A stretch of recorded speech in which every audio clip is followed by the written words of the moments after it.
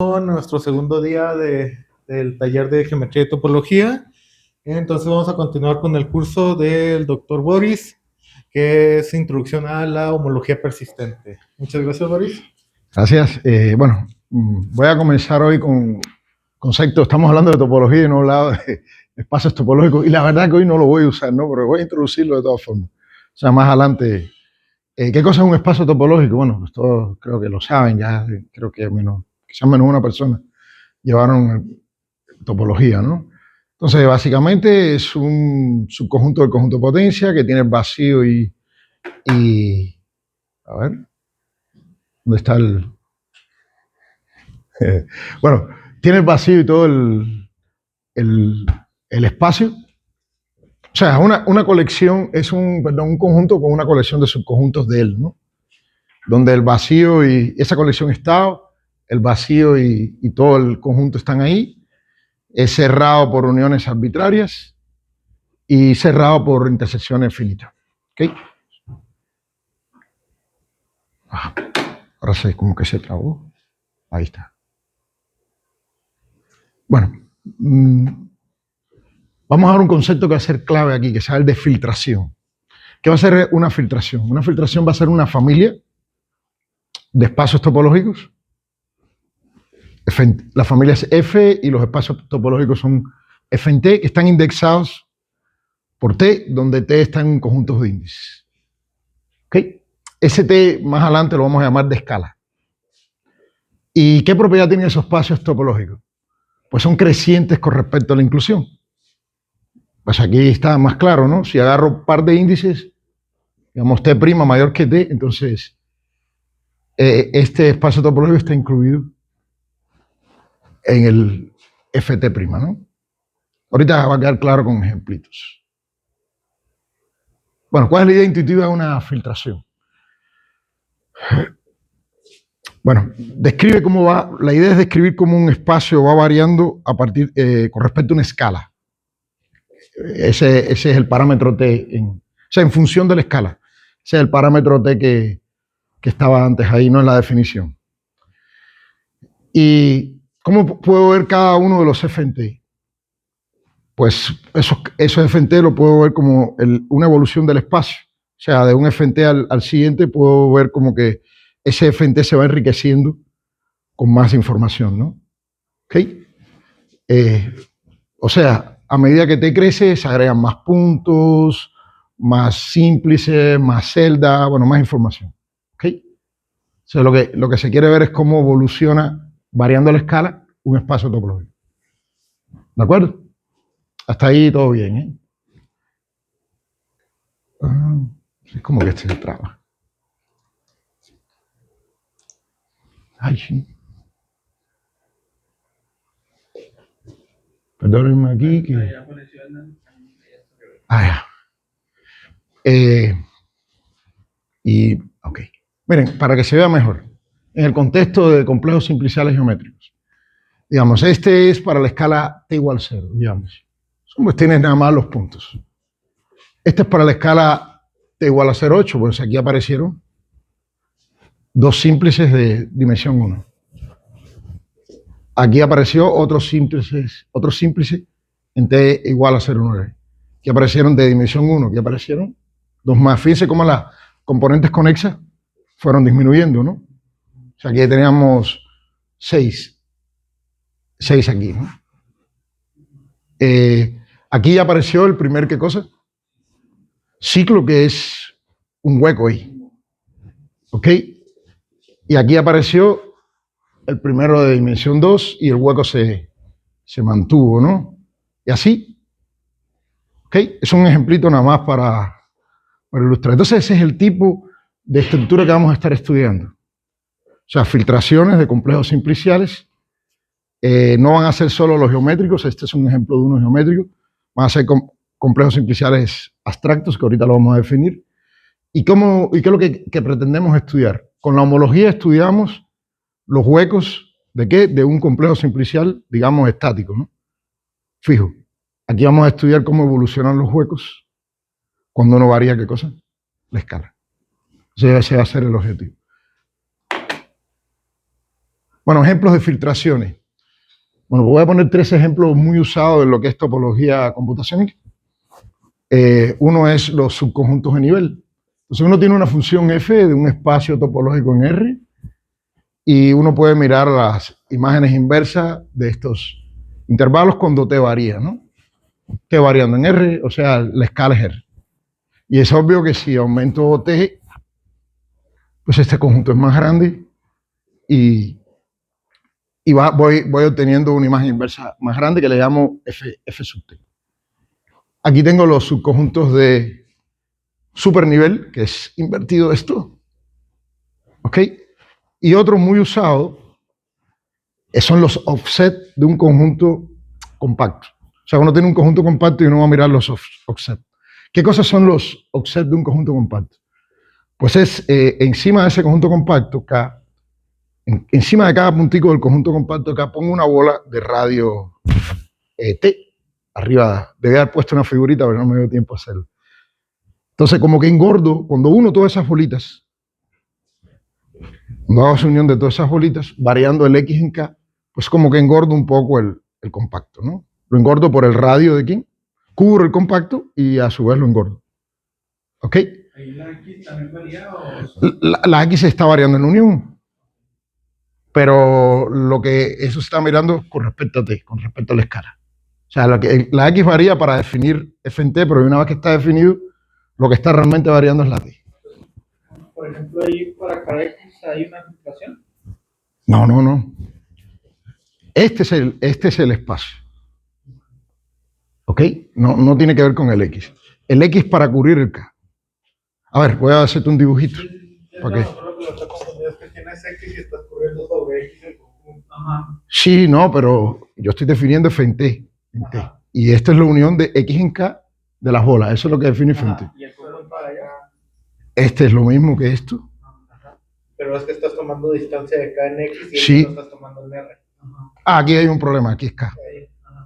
Hay un errorcito. Sí, pero lo que quiero decirte es esto. Aquí yo tengo K, digamos. ¿Y qué sería f en T ahí? Pues engordarlo. ¿Qué distancia hay aquí? T. ¿De acuerdo? Si hago más pequeña T, ¿qué pasa? Se hace más finita. ¿Ok?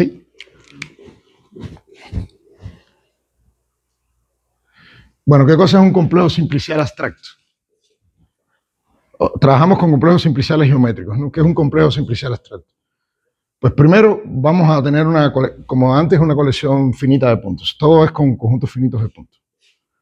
Y pues va a ser una colección de subconjuntos de S que cumplen estas dos propiedades, ¿no? Primero, estos puntos de S pues van a ser los vértices del complejo simplicial. O sea, como antes, ¿no? Cada punto es un vértice. Y la propiedad más importante, si hay un elemento en el complejo simplicial, o sea, un simple omega, cualquier subconjunto de él, Tab, entonces va a estar en el complejo simplicial. ¿De acuerdo? O sea, si hay un simple, cualquier subconjunto de él, es también, ¿qué cosa? Un simplice. Es decir, todo subconjunto de un simplice también es un simplice. ¿Ok? Estamos bien con eso, ¿no? Bueno, hay dos tipos de complejos simpliciales abstractos que vamos a usar bastante. Uno es el complejo de Sech y otro el complejo de Ries. Voy a pasar a definirlos cada uno. Bueno, 10 minutos. Fue bien rápido. Bueno, entonces, estos dos complejos abstractos, simpliciales abstractos, voy a necesitar que estén en un espacio métrico porque los voy a definir en términos de distancia. ¿De acuerdo? Entonces tenemos un espacio métrico X y el subconjunto finito ese que usamos para definir el complejo simplicial, ¿no? Y vamos a tener una escala que es los R positivos. ¿De acuerdo? Entonces, el complejo de Sech lo voy a denotar así, ¿no? S, el conjunto finito, y T, la escala. Y ahora viene la definición. SESH es un complejo simplicial abstracto definido por este par de reglas, ¿no? Bueno, el conjunto de vértices del complejo es S, ¿ok? Como la definición de complejo simplicial abstracto.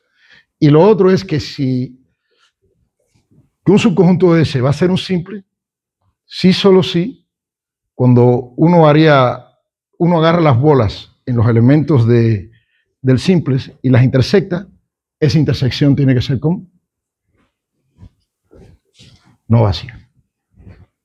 Bien, lo voy a mostrar con un ejemplo para que se entienda. Digamos, si agarro t igual 0, pues los únicos simples que voy a tener son los puntos. Si agarro t igual 1, ningún par de bolas se intersectan. ¿Siguen siendo qué cosas? El complejo simplicial sigue siendo los puntos nada más. T igual 2 igual. T igual 3, aunque aquí parece que se intersectan, no se intersectan. Entonces siguen los 6 puntos. ¿Y qué pasa aquí? Que se intersectaron estas dos bolas y estas dos bolas, entonces ahí aparece ¿qué cosa? Una arista. Un complejo simplicial que ahí se dibuja como... Un complejo simplicial no, un simple. Dos símplices que se dibujan con dos aristas. Bueno, aquí con t igual a 5, pues ya se intersectan estos dos, pero no se intersectan tres bolas. Fíjense que estas parecen intersectarse, pero quedaron ahí en la frontera. Son bolas abiertas. ¿Ok? Y aquí sí se intersectan, digamos, estas tres se intersectan, por eso está el triángulo. Estas tres acá también se intersectan. 4 ahí no se intersectan, no se intersectaron 4. Pero pudiera pasar si yo sigo aumentando, ¿qué cosa? El t. Bueno, ya ustedes pueden ver que si yo sigo aumentando el t, van a aparecer, por ejemplo, se va a unir, digamos, este con este, y ya deja de ser, ¿qué cosa? Visualmente ahí dejaría de ser un complejo simplicial geométrico. ¿De acuerdo? Porque habría triángulos que se están intersectando con otros en regiones que no son simples, ¿no? Por eso que es abstracto y en R2 este no es geométrico. Sin embargo, todo complejo simplicial abstracto yo puedo buscar, lo puedo embeber en un Rn, estamos en caso finito, donde ahí es un Rn de un n que ahora no recuerdo exactamente el valor concreto, donde pasa a ser geométrico. Pero en la clase anterior, cuando yo hablé de homología, la hice con complejos simpliciales geométricos, pero realmente no estaba usando tanto la geometría del complejo. Entonces, la homología también yo le puedo calcular los grupos de homología a complejos simpliciales abstractos. Entonces, todo lo anterior aplicaría para complejos simpliciales abstractos. Entonces, si subes suficiente de para la T extremadamente grande, lo que vas a obtener es que ese conjunto de puntos va a terminar siendo un solo simple. Exactamente. O sea, el simple sería el S. ¿Ok? Y a medida que voy aumentando T, ahí ya no puse más. De hecho, se sale de la... No, que se sale de la pizarra el dibujo. Si sigo aumentando un poquito más T, ya se rompe, ya deja de ser... Ya hay dos, va a haber, por ejemplo, va a aparecer este simple aquí, mire. Este triángulo va a aparecer que se intersecta con los demás en una parte que no es un simplex geométrico. ¿Y sabe cuál es el mayor? Por ejemplo, dice que lo podemos encajar en Rn. Sí, está estudiado. Sí, digo que no recuerdo. Es un n ahí.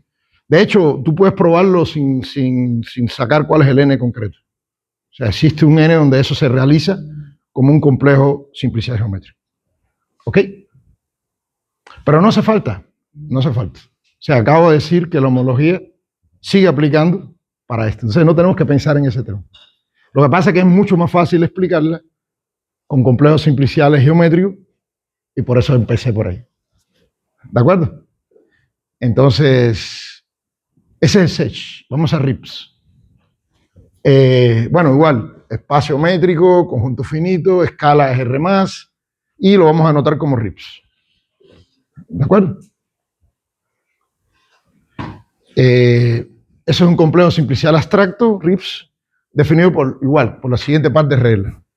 Pues el conjunto de vértices del RIPS es ese. Y ahora viene la regla que realmente lo define, ¿no? Que es que si yo tengo un subconjunto de ese, eso va a ser un símplice. Si solo si, para cualquier par de puntos del simple, la distancia tiene que ser menor entre ese par de puntos, tiene que ser menor que t. O sea, en otras palabras, sigma está aquí, si solo si, para cualquier par de puntos de sigma, la distancia es menor que t, menor o igual a t. ¿Ok? Miren aquí. Por ejemplo, aquí las dos bolas, si fuera Sech, ¿qué pasaría aquí? Tenemos una arista. ¿Pero por qué no hay una arista? Porque no está contenido ¿quién? Cualquiera de los dos vértices no se... Ajá, para la distancia tiene que ser menor que t. Para que la distancia entre estos dos sea menor que t, tendría que estar este metido aquí adentro y el otro en la otra, obviamente. Eso no está pasando y por lo tanto no se conecta. Aquí sí. Aquí también. Y aquí, bueno, ya ese se va a mantener. Si una vez se conectaron, obviamente no hay forma de desconectarlo, ¿no? Ok, lo único que puedes hacer es enriquecerlo. Bueno, aquí aparecieron estos. Miren aquí como ya no es un complejo simplicial geométrico, ¿no? Pues hay una intersección entre este par de símplices, que es ese triangulito de ahí que no pertenece a RIPS, ¿no? Pues no hay un vértice. ¿Ok? Después en la clase que viene va a quedar claro por qué nos estamos metiendo con estos complejos. Ya uno puede darse cuenta que tiene un montón que ver con geometría, con distancias, y bueno, va a ser clave ese par de complejos para estudiar, por ejemplo, homologías de variedades, de un montón de cosas de geometría. Hacer inferencia estadística inferencia de la geometría. Ok, entonces algunas propiedades de RIP y Sech. Bueno, obviamente se vio Sech, el complejo en T1 está incluido en T2 y T1 es más chiquito que T2. Y bueno, si tengo esta inclusión, pues puedo definir unas inclusiones y T1, T2, o sea, este es el que está el primero es el del que está incluido y el segundo es el que me incluyo. O sea que son estas inclusiones, ¿no? Es lo mismo con RIPS. Se cumple exactamente lo mismo. Y hay una relación entre los dos complejos, que RIPS de S y T está en Sech para el mismo T y Sech está en dos veces con la escala el doble. En RIPS con la escala el doble. Pues eso son cuentecillas ahí que estas son triviales, obviamente. Este es un poquito más de geometría elemental. No tenemos tiempo para probar esas cosas. Tarea para ustedes. Eso es fácil. Bueno, aquí esas par de filtraciones que les mostré son filtraciones continuas, la escala varía de manera continua, lo cual hace un poco difícil de visualizar las cosas, ¿ok? Porque no puedo variar la escala a todo lo que... No puedo verla visualmente nosotros, ¿no? Entonces, también interesa trabajar con filtraciones discretas, donde la escala pues, son los números naturales, cierta cantidad de números naturales, ¿ok?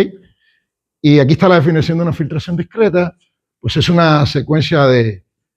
Tengo un complejo K fijo, ¿y qué es lo que tenemos aquí?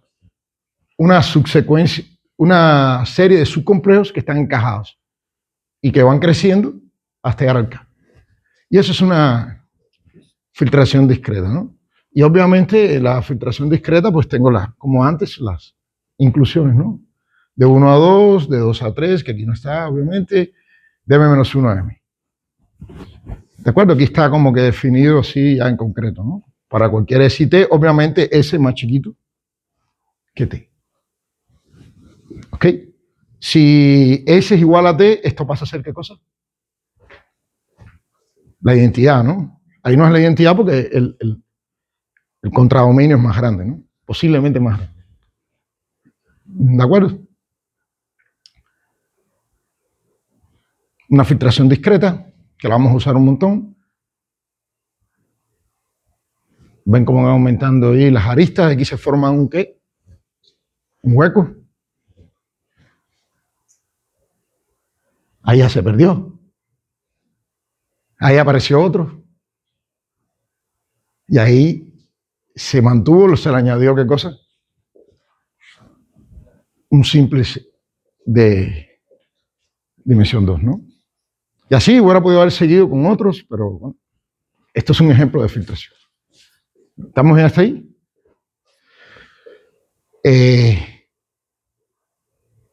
Bueno, ya esto lo había dicho de cierta manera que pues lo que queremos es, por medio de la homología persistente, estudiar cómo evolucionan los huecos, o sea, cuantificar un poco cómo es ese crecimiento de los complejos simpliciales por medio de grupos de homología, que ahorita van a quedar claros, y lo que uno quiere cuantificar es qué le va pasando a los huecos, ¿no? O sea, cuánto persiste. Si se fijan aquí, para darle un comercial, un pequeño comercial, pues mira, este hueco surgió aquí de repente, ¿no?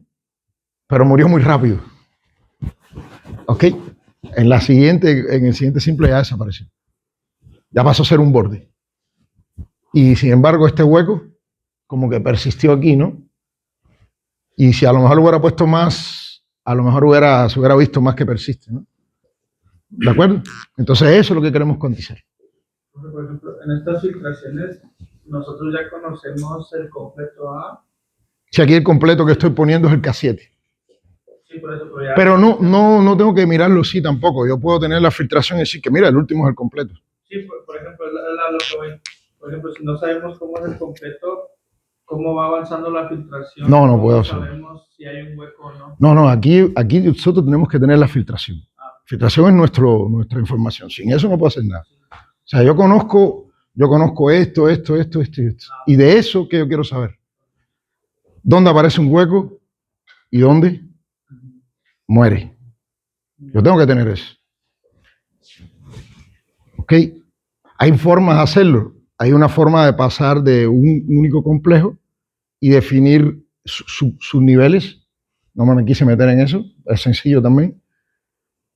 Y otra forma es que ya tú tienes todos, ¿no? O sea, hay muchas formas de tú tener esa filtración, pero tienes que tener. Si no, no puedes trabajar sobre. O sea, repito, partimos de que cada uno de estos es conocido. No es que lo vamos a descubrir, ni lo vamos a generar. Eso lo tenemos. Ok, ese es nuestro dato de entrada, digamos. Ya vimos eso. Bueno, ahí tenemos inclusiones entre estos complejos simpliciales, ¿no? Cada uno de esos complejos tiene ¿qué cosa? Según vimos en la clase pasada, grupos de homología. Ahora, esas inclusiones van a generar morfismos o homomorfismos en los grupos de homología, ¿no? Para que sea mejor. O sea, aquí tengo eso se llaman inclusiones naturales. Ahí están, como antes. ¿Y qué va a pasar? Voy a tener, aquí está el grupo de homología de K1, el grupo de homología de K2 y así, el grupo de homología de KM. Y estas inclusiones generan morfismos que tienen las diferencias con la estrellita. ¿Ok? Aquí están definidos concretamente. ¿Ok? Todavía no he dicho cómo son realmente. Solo más estoy diciendo que hay. Vamos a meternos adentro. Y esto uno lo tiene no para un P, lo tiene por un P arbitrario, ¿no? De 0 hasta la dimensión de ¿quién? Del complejo simplicial K, porque estoy asumiendo que este es el K, ¿no? ¿De acuerdo? Bueno, ahora vamos a meternos dentro de esos. Yo le puse homomorfismos inducidos, pero realmente le llamamos morfismos inducidos. Y esto ya se empieza a mezclar con categorías. Aquí yo no voy a tocar ese punto. ¿Dudas al respecto? Tenemos aquí a Diego, que nos puede dar una clase. ¿Ok? Entonces, así se define. O sea, yo agarro aquí una clase de equivalencia, que es un hueco. ¿En dónde? Aquí. ¿Y a dónde la mandamos? Ese hueco yo lo voy a incluir acá. ¿Qué puede pasar en el otro, en el otro complejo, ¿no? Este es el complejo, este sería él en el complejo KT. Ahí voy a mirar qué cosa, su clase de equivalencia. ¿Se entiende? Esa sería cómo sería esta aplicación, ¿no? Ese morfismo inducido. ¿Ok? Y eso es una transformación lineal porque estamos con subespacios, ¿no? Todo lo trabajado con subespacios para hacerlo más sencillo, ¿no? Entonces, por ahí tenemos eso. Ahora vamos a hacer algunas observaciones interesantes para darle más sentido a esto. Bueno, vamos a tomar C, que no es que es un hueco, ¿no? Para que no sea, para que la clase que genere aquí no sea, ¿qué cosa? La trivial, ¿no? Porque si no, no vamos a hacer nada con eso, ¿no? Entonces, vamos a agarrar un ciclo que no es un borde, o sea, significa que es realmente un hueco. ¿Ok? Entonces, cuando le aplicamos a ese ciclo, le aplicamos la inclusión, en el nuevo complejo simplicial, él va a seguir siendo, ¿qué cosa? Un ciclo, porque yo no voy a destruir eso que es él, ¿no? No lo voy a destruir. Yo lo más que puedo hacer es, ¿qué cosa? O sea, él está en KS. Pero cuando yo paso a los mayores, yo no destruyo lo que tengo aquí, yo adiciono cosas. Entonces, si yo tengo el ciclo aquí, que vamos a considerarlo un hueco, ¿qué puede pasar cuando yo lo miro en KT? ¿Sigue siendo hueco? O que se cierre. O sea, que se cierre, no que se rellene dentro, que pasa a ser borde. ¿Ok? O sea, lo que acabo de decir aquí. Tengo dos opciones. Bueno, esto sigue siendo, no tengo dos opciones. Esto sigue siendo un ciclo. No va a dejar de ser ciclo. Aquí, si no es el trivial, si el C no era el trivial, el C era un hueco, ¿no? Ahora este puede dejar de ser, ¿qué cosa? Un hueco, ¿no? ¿Ok? Como KT es más rico que KS, este podría pasar a ser un borde. Eso fue lo que dijimos, ¿no? Y si pasa a ser un borde, la clase de equivalencia de él es ¿cuánto? Pues 0. Porque acuérdense que es cociente de bordes, son ciclos, cociente, ¿qué cosa? Bordes. Por lo tanto, ese operador definido en C, el morfismo inducido, aplicado a la clase de C, pues sería el C. ¿Ok? Entonces, puede ser que no tengamos la clase trivial, o puede ser que tengamos, ¿qué cosa? La clase trivial en el grupo de homología del KT. ¿De acuerdo? Si pasamos a tener la clase trivial, ¿qué pasó? Pues murió. Ahí está muerto ese ciclo. ¿De acuerdo? Y si no tenemos la clase trivial, ¿qué significa? Que persistió. Continuó. ¿De acuerdo? Entonces, pues estos morfismos son los que vamos a estudiar. ¿De acuerdo? ¿Alguna preguntita? ¿Vamos bien de tiempo? Pues le doy. Bueno, algunas propiedades interesantes. Pues obviamente, si yo tengo TT, pues esta es la identidad, ¿no? Porque ahí el ITT sería la identidad, porque estoy mandando el mismo complejo simplicial al mismo, ¿no? De KT a KT, ¿no? Y la otra propiedad es que si uno agarra el morfismo inducido de R a S y lo compone con el de S a T, pues eso da el morfismo inducido por la composición, que obviamente si compongo la inclusión de R a S seguido de la de S a T, pues esa es la inclusión de ¿quién? De R a T. Son propiedades que uno puede probar fácilmente de la definición, ¿no? Ese lema para que no perder nuestra costumbre ahí de la matemática, ¿no? Bueno, vamos a definir, ya más o menos lo he definido, pero vamos a definirlo con matemática, ¿no? ¿Qué cosa es el nacimiento y qué cosa es una muerte, ¿no? Entonces, digamos, yo voy a agarrar una clase de aquí de HP en KT, ¿ok? Del grupo de homología del complejo KT. Y una clase no trivial, porque la trivial se va a mapear en la trivial, ¿ok? Entonces, una no trivial. Entonces, voy a decir que ese ciclo nace en KT si se cumple esto, ¿no?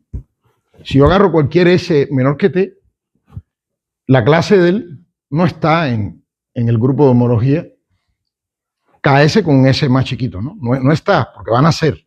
No, si estuviera en un S anterior, entonces hubiera nacido antes. ¿Ok? Y sí está, obviamente. ¿En dónde? En KT. Estoy hablando de los que nacen en KT. Esa sería la definición de nacer en KT. ¿Bien hasta ahí? Ahora, muere en KS. Ahí también podía haber dado la definición con KT todo, ¿no? Pero para aprovechar esto que dije aquí, voy a muere en KS. ¿Ok? O sea, voy a partir de que él está vivo ¿en dónde? En KT. Y voy a decir muere en KS. Por lo tanto, S es mayor que ¿quién? Que T, ¿no? O sea, muere en KS para que un S mayor que T. Pues, ¿qué tiene que cumplirse? Que si yo me voy al complejo simplicial anterior o al grupo de homología anterior, él tiene que estar vivo ahí. Entonces, esto no es la clase nula. Sin embargo, ahora cuando me voy al S, pues es la clase nula. ¿Ok? Ahí se murió. Ahí pasa a ser, ahí se rellenó por dentro. Para hablarlo en términos así prácticos. Pasó a ser un borde. O sea, en la anterior no era borde y aquí pasó a ser borde. ¿Ok? No, para tener una idea clara de los sistemas de asociación de KT, a cada uno de esos le procura su homología. Entonces lo que te va a quedar es una especie de cuadrícula donde tienes los KTs y los Hs, ¿sí? Los I son los que te mueven hacia la derecha e izquierda y los que te mueven hacia abajo y hacia arriba son los delta, los fronteras.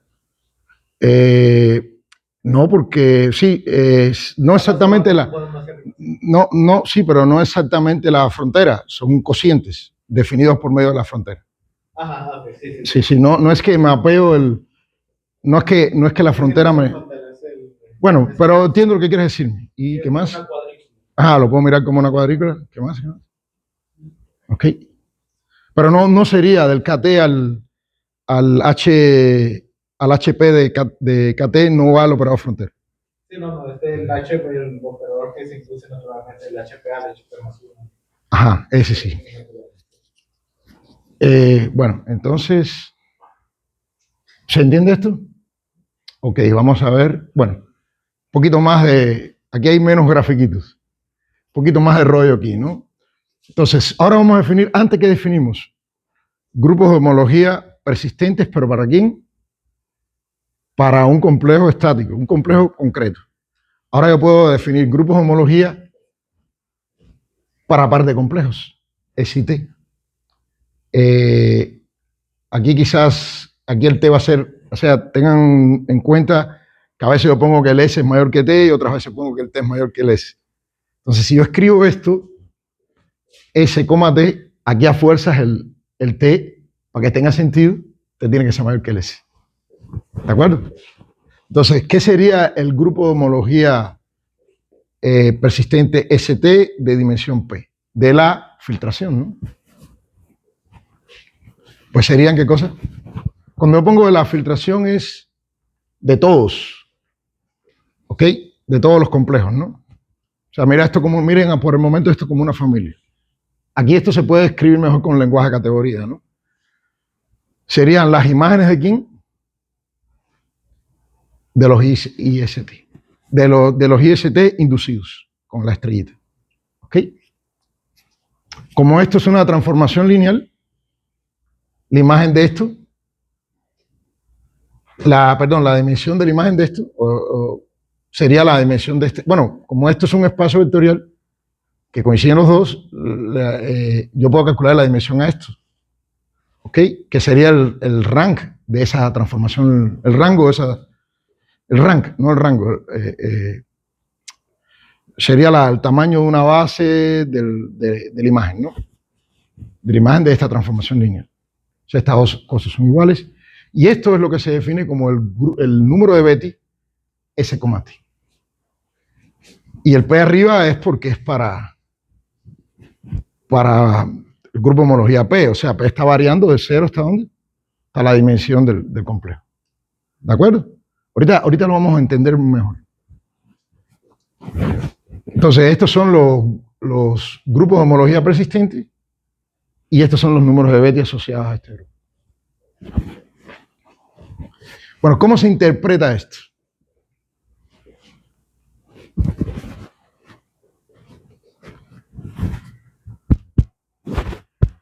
Si es la imagen de esto y le calculo el rango porque estoy considerando solo aquellos elementos de aquí que estaban en S y que siguen en qué, continúan vivos en dónde, en T. Entonces, si yo quiero saber todos aquellos elementos de HS que siguen vivos perdón, si yo quiero saber todos los elementos de HKS, o sea, aquí le quité el K, que siguen vivos en H PKT, ¿qué es lo que tengo que determinar? O sea, que siguen vivos, que continúan, ¿no? Tengo que determinar este grupo este número. O sea, ese número es el número de clases de homología de dimensión P que hay en KS y que todavía siguen ¿en dónde? En KT. Ahí hay un abuso de notación, debía haber puesto aquí, ¿qué cosa? H, P de KS, porque no son clases aquí, ¿no? Pero así se usa. Y acá, H en KT. ¿Me explico? Tomen en cuenta que en HKS pueden haber algunos que desaparecieron, ¿no? ¿De acuerdo? O pueden todos mantenerse. O sea, o todos se mantienen o hay algunos que se mueren por el camino. Pero estos son los que llegaron vivos hasta allá. Y pueden seguir, ¿no? Yo tengo la seguridad que ellos están vivos y no sé qué pasa después. ¿De acuerdo? Preguntitas con esa parte que es así más... ¿Sí bien? Ahora, ¿qué vamos a hacer entonces? Pues usar estas cosas para calcular cuántos nacen, cuántos se mueren, ¿ok? Ese tipo de información. Y eso me va a dar una descripción del espacio topológico final. O sea, si imagínense que hay un hueco que persistió mucho, surgió y persistió mucho. ¿Qué significa eso? Que ese hueco representa una estructura muy importante en el espacio topológico. Por ejemplo, si metemos un simple arriba del toro, uno esperaría que el hueco del toro y el hueco interno que tiene, pues estén ahí representados, van a estar representados en los grupos de homología. ¿Y qué les va a pasar a ellos? Que van a llegar hasta el final, van a empezar algún momento y van a llegar hasta el final y van a estar vivos por bastante tiempo, ¿no? O sea, no es algo que surge y desaparece así rápido. ¿De acuerdo? Miren, aquí con un ejemplo para que se entienda mejor.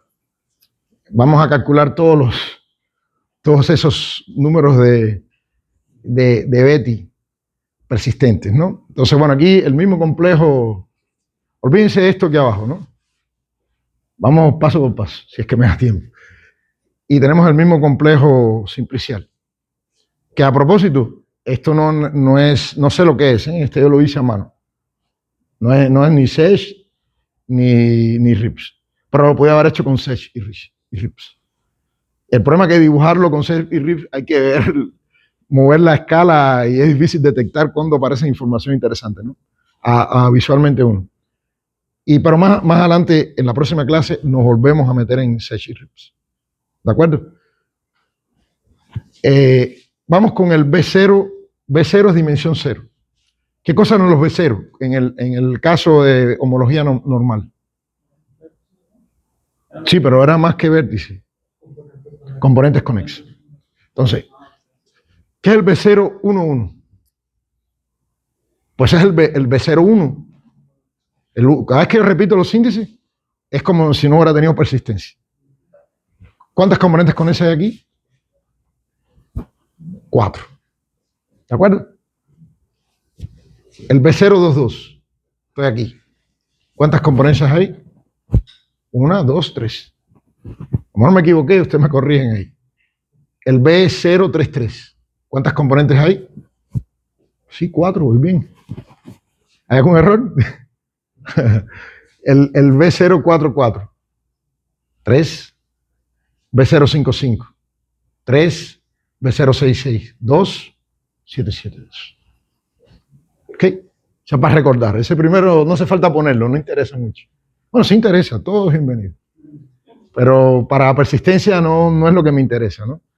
Vamos ahora ya con los de persistencia así tal cual. El asterisco aquí va a significar todos. El simbolito antes, esto me lo inventé, porque no podía escribirlos todos. Menores iguales a 5, mayores que 5, ¿ok? ¿Se entiende la notación? Vamos con el primero. B1 asterisco. Ajá. Aquí, ¿cuántas componentes de este se preservaron aquí? 3 no, porque este no estaba aquí.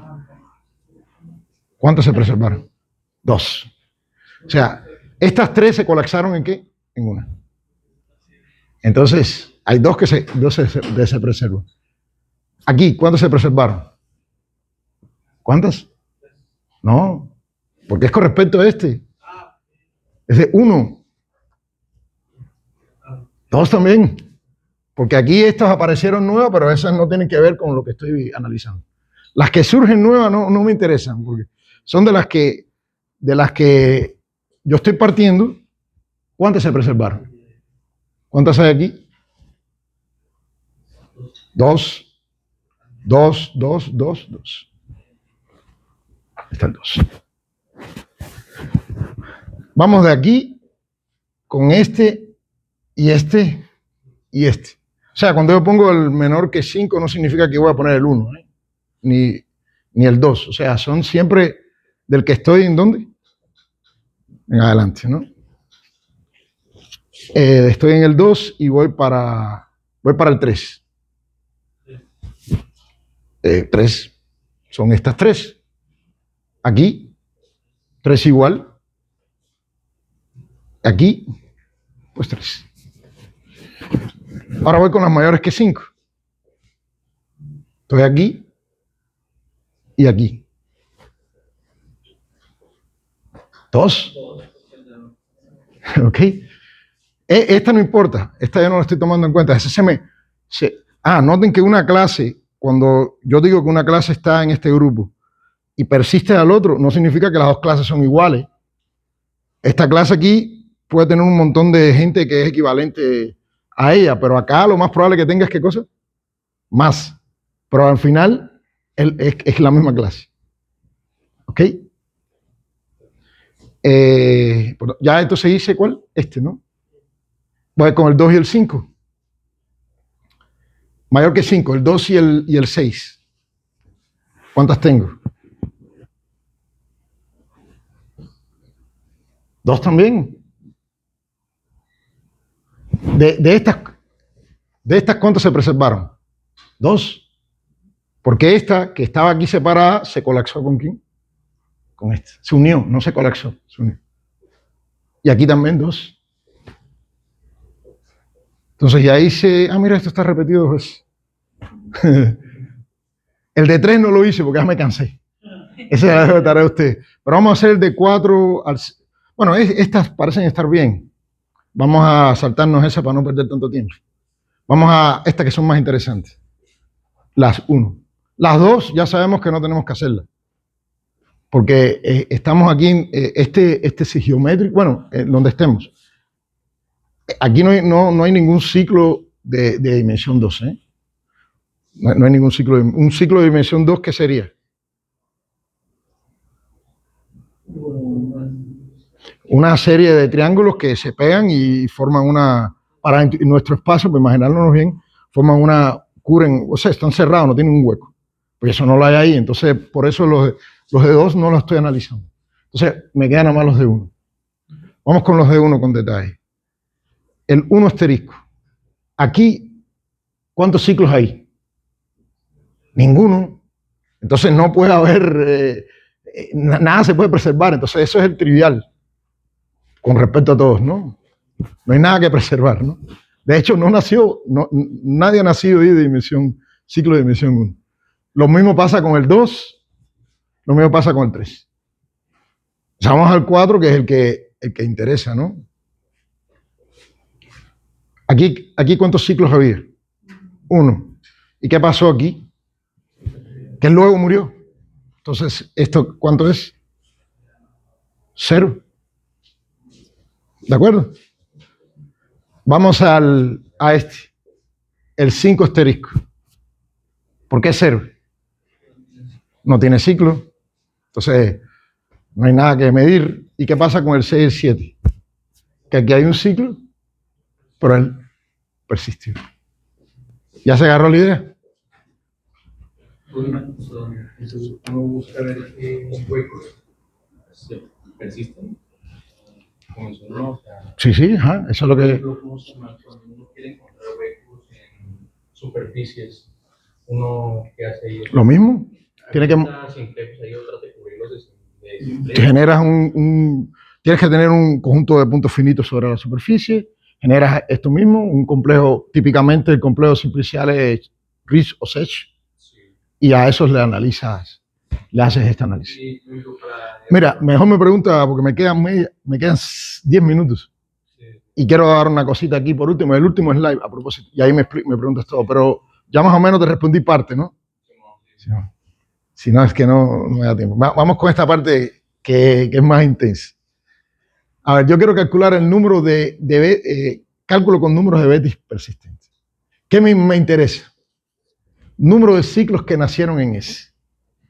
¿Cómo yo cuento el número de ciclos que nacieron en S? Bueno, pues con esa fórmula. ¿Qué cosa es BSS? Que están en S. Esos están ahí vivitos en S. Son los que hay concretamente. ¿Y qué les voy a quitar? Los que estaban en S-1 y siguen a S. Obviamente, si le quito eso, lo que me va a sobrar son los que murieron. ¿Ok? O sea, ahí con eso puedo calcular los que nacieron en S. Eso es muy importante. Total de ciclos en S menos total de ciclos en S que nacieron antes. ¿Ok? Vamos con esta. Número de ciclos que murieron, terminaron en S. Pues es esta formulita. O sea, como me interesan, como mismo hice con los que nacieron, me interesa quién, los que murieron. A propósito, esta parte es combinatoria brutal, ¿no? A partir de aquí es todo combinatorio. Pero tiene también otras áreas para moverse que no le gusta la combinatoria, ¿no? Número de ciclos que murieron en S. A ver, ¿qué es esto? Son todos los que están en S-1. De esos, algunos van a seguir ¿a dónde? A S. ¿Quién son los que siguen a S? Pues esto. Si se lo resto, ¿cuál me queda? Los que estaban vivos antes de S y murieron ¿en dónde? En S. ¿Ya? Ahí está. Va a dar tiempo tu pregunta, no te preocupes. Bueno, es número de ciclos que nacieron en S. Fíjense, antes teníamos el BS, eran los que están en S, pero no necesariamente nacieron, y siguen en T. Este es, nacieron en S y continúan vivos en T. Pues, ¿qué es esta parte?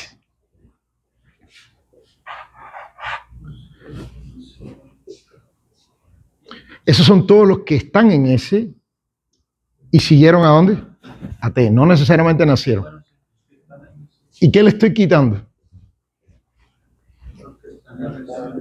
Los que estaban antes de ese y seguían vivos en T.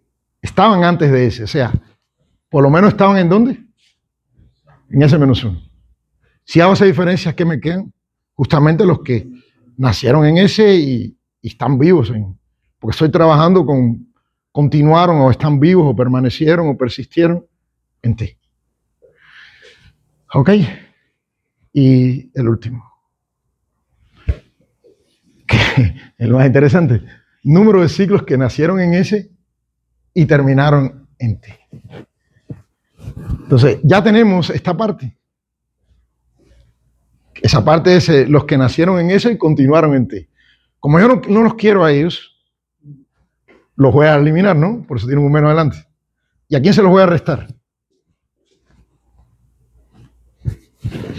A los que nacieron en S y continúan en ¿qué? En T-1. ¿Ok?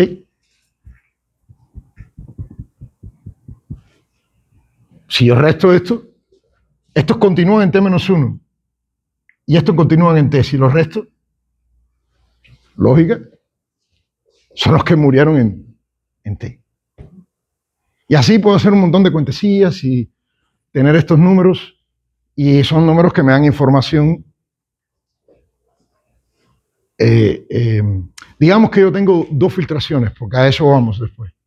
Tenemos una filtración por un complejo, tenemos otra filtración para otro complejo de otra cosa. ¿Qué yo podría hacer? Comparar los dos complejos. Por ejemplo, quiero comparar si dos superficies tienen mucha relación topológica entre ellas. Entonces, ¿qué puedo mirar? Contar estas cantidades y si coinciden, porque esto lo puedo hacer computacionalmente. Hay códigos y algoritmos para calcular estos números. Ok, ya eso está hecho todo. Yo en esa parte no me meto porque el curso sería complicado y con un montón de programación y álgebra, ¿no? Aquí es como que los conceptos para eso. Entonces, esos números, hay programas que lo calculan. Si hay programas que lo calculan, yo puedo calcular todo esto y puedo comparar las cosas. Si hay diferencias, pues no lo son. Si no hay diferencias, pueden que no lo sean, pero tienen ¿qué cosa? Tremendo chance. ¿De acuerdo? Bueno, yo creo que terminé por aquí. Si me sobró un poquito, adelante. No, pero déjame responder. Sí. Preguntas. Perdón. Ahora, A ver, Nicolás. ¿te preguntas? Sí, yo. Sí, es que yo pensé que me iba a tomar más tiempo en esta parte. Sí. Oye, profe, ¿cómo Sí. se llama? ¿Qué ventajas tiene y cuándo es mejor utilizar, pues, la homología para evaluar la propiedad de ser simplemente conexo en lugar del grupo del grupo fundamental? No sé bien, el problema es que los dos los podrías evaluar. Bueno, no simplemente conexo. O sea, si es conexo. Simplemente conexo, esto no lo evalúa directamente ahí. Bueno, es que, ¿cómo se llama? Ayer le estaba comentando que estaba revisando como generalizaciones del teorema de Cauchy en variable compleja y la versión más pues, fácil dice que una curva que sea homotópica en un punto y que el dominio sea simplemente conexo. Y yo pensé, pues va a generalizarse el grupo fundamental porque pues uno puede generalizarlo ahí. Sí, el grupo fundamental sí te da esa información. Pero no, o sea, utiliza la propiedad de que, ¿cómo se llama? De que la curva sea se puede contraer. Homológicamente trivial. Mira, la respuesta a tu pregunta, sencilla, los dos pueden usarse. El grupo del grupo fundamental está más orientado a eso. Sí. Son dos cosas que no son exactamente lo mismo. Esto es más útil para obtener otro tipo de información. Ok. Sí, o sea, no interesa tanto, aquí no estamos tan interesados si es simplemente conexo o no. Estamos más interesados en los huecos, porque lo que queremos comparar es toda la topología. Sí, sí. ¿Ok? Esto es bueno para medir huecos. Sí, el grupo fundamental es más complicado. No le veo cómo entrar al grupo fundamental con los huecos. Puede quizás medir algún tipo de hueco, ¿no? Por ejemplo, en el toro se puede ver ahí los huecos que han codificado. Es más complicado. Sí, sí. Y pues mi segunda pregunta es que ¿cómo se llama? ¿Cómo se hacen simplejos en ¿cómo se llama? en superficies, pues, por ejemplo, en una esfera, pues, ¿cómo Bueno, se ya llena lo ese dije ahorita. recurso? Si yo tengo que tener, para ser complejos simpliciales, tengo que tener un conjunto de puntos. Entonces, Sí. por algún mecanismo tengo que tener los puntos dados, arriba de la superficie. ¿Y qué puedo meter ahí arriba? Rips, Sech, Ok. ¿de acuerdo? Sí, sí. Pues hay otros más, puedo meter triangulación de Delaunay, diagramas de Voronoi, alpha shapes, hay un montón Sí, hoy en sí. día. Ok. Sí, sí. Hay otro que se llama complejos de testigo, witness complex, que usan un montón. O sea, hay todo un área que se encarga de reconstruir la superficie Sí. y se encarga de diseñar complejos, complejos simpliciales arriba de los puntos que den garantías teóricas buenas de que la superficie que reconstruye está próxima, geométricamente está próxima de la original, y además los grupos de homología sean los mismos que el de la superficie. Ok. Sí, sí. Gracias, profesor. A ver, Diego. ¿Qué tal, profe? Sí. Ahora que lo último que mencionó me hizo pensar un poco. Sí hay una forma de medir complejos simpliciales, ¿no? ¿Medir? ¿En qué O sea, sentido? bueno, perdón, medir como distancias o Ajá, qué exacto. tanto, ¿qué Sí. pueden comentarme de eso? Sí, muy bien, muy buena pregunta. Eso va a tener un montón que ver con lo que viene después, en la próxima clase. Por ejemplo, están las distancias entre los diagramas de persistencia.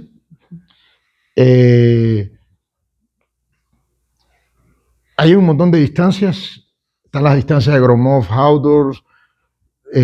Bueno, todo eso es lo que vamos a explorar en la otra, ¿no? Mejor lo dejo para la otra. Pero si tú quieres medir, si tú estás hablando de distancia geométrica tal cual, entre dos complejos simpliciales, tú quieres ver la distancia física entre ellos. Entonces ahí tienes la famosa distancia de Haudors, ¿ok? Entre conjuntos, ¿ok? Que lo que busca es, o sea, básicamente, es que no tengo para escribir aquí. Bueno, esta distancia pasa a ser distancia de Haudor-Gromov cuando tú estás trabajando de manera más abstracta, cuando no necesariamente los dos complejos viven en el mismo espacio-ambiente. Entonces ahí tienes que considerar todas las formas de meterlo uno en otro, ¿no? En el mismo espacio. Entonces ahí hay una cosa que, o sea, generaliza esto. Pero básicamente es esta la forma de medirlo. Básicamente lo que hace es, o sea, busca de A a B, para cada punto de A busca el punto más cercano de B a A y agarra esa distancia. Y de todo hace eso, porque eso lo hice por un punto de A, agarra la más grande, de A a B. O sea, de las distancias mínimas de cada punto al otro, agarra la más grande. ¿De acuerdo? Ahora lo haces al revés. De B a A, calculas para cada punto las distancias de esos puntos de B a los de A. Y agarra también la más grande. Y de esas dos, agarra la más grande. Entonces eso sería como que la distancia entre conjuntos. Esa distancia convierte el conjunto de los compactos en un espacio métrico completo. Entonces ahí tienes, si converge en esa distancia, es que un conjunto se va formando al otro. Y así, ahí tienes un montón de cosas. Pero como aquí no interesa tanto la parte geométrica, o interesa, pero interesa además la parte homológica. La parte topológica, pues entonces sí tienes que trabajar con esto que acabo de dar, visto en los diagramas de persistencia, que son los de la próxima clase. De acuerdo. Perfecto, Gracias. muy buena pregunta. Agradecemos nuevamente al expositor.